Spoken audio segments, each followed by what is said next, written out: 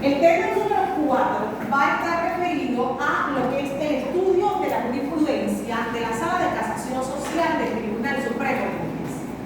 Resulta inútil en este momento decirles a ustedes, vamos a analizar unas sentencias, si previamente no les he dado las instrucciones de cómo debemos hacer la lectura de cada sentencia.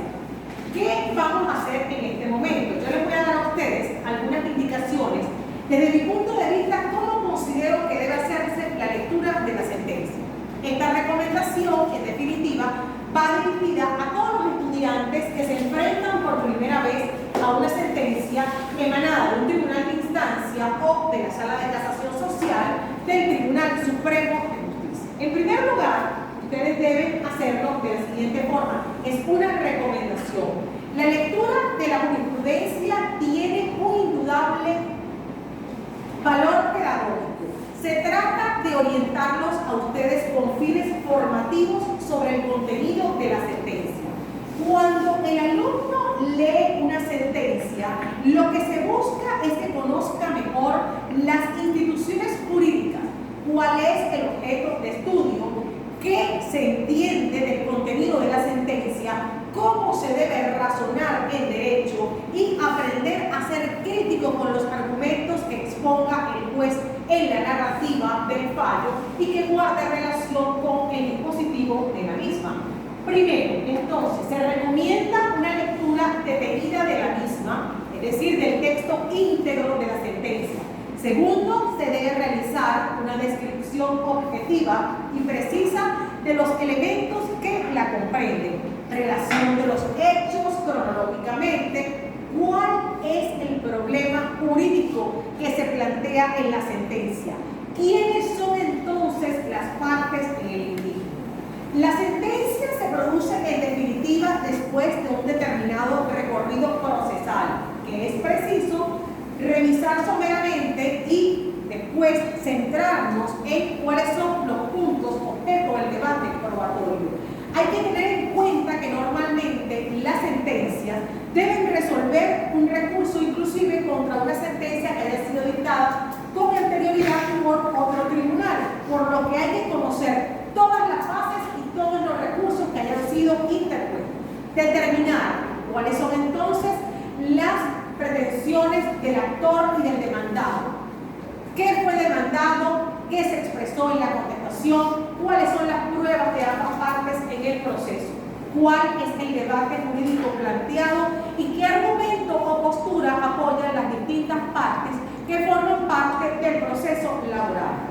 También tienen ustedes que detenerse en la motivación jurídica del fallo. ¿Cuál ha sido la decisión? ¿Cómo llega el juez a la decisión de la causa? ¿Cómo toma el juez esa conclusión? Finalmente tienen que revisar entonces la decisión del tribunal, porque la sentencia es todo, es un silogismo, debe coincidir la parte narrativa con la parte emotiva y evidentemente todo debe estar de tal forma ordenado que el dispositivo del fallo sea el resultado del curso del proceso. Las sentencias tienen una relevancia muy importante y ustedes van a ver su repercusión e importancia. ¿Cómo vamos a evaluar este tema número 4? Les voy a enviar unas sentencias. Deberán ustedes formar sus grupos el día de hoy. Eso me lo deben de la semana pasada, que no lo hicieron. Vamos a trabajar entonces con varias sentencias. En primer lugar, yo me encargo como profesora de enviarles las sentencias por Moodle. Ustedes las van a estudiar y las van a analizar siguiendo estas reglas para la lectura de la sentencia. En base a eso será nuestra exposición de la próxima semana. Pueden traer sus anotaciones, sus apuntes por escrito o los pueden traer en Word. Luego aquí vamos a hacer las conclusiones, que es lo que se va a subir finalmente a la plataforma. ¿Cuál considero yo en este momento que son las sentencias que debemos manejar en este primer corte? Vamos a hablar sobre qué ocurre con la incomparecencia a la audiencia preliminar. ¿Qué pasa si el actor no ocurre a la audiencia preliminar, si el demandado no comparece a la audiencia preliminar? Lo vamos a ver en la sentencia.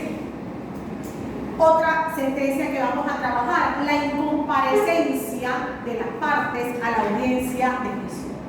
Quiero también que trabajemos con el alcance del principio de la primacía de la realidad sobre las formas o apariencias. ¿Qué implica este principio? Vamos a trabajar también con una sentencia sobre el trabajo como hecho social.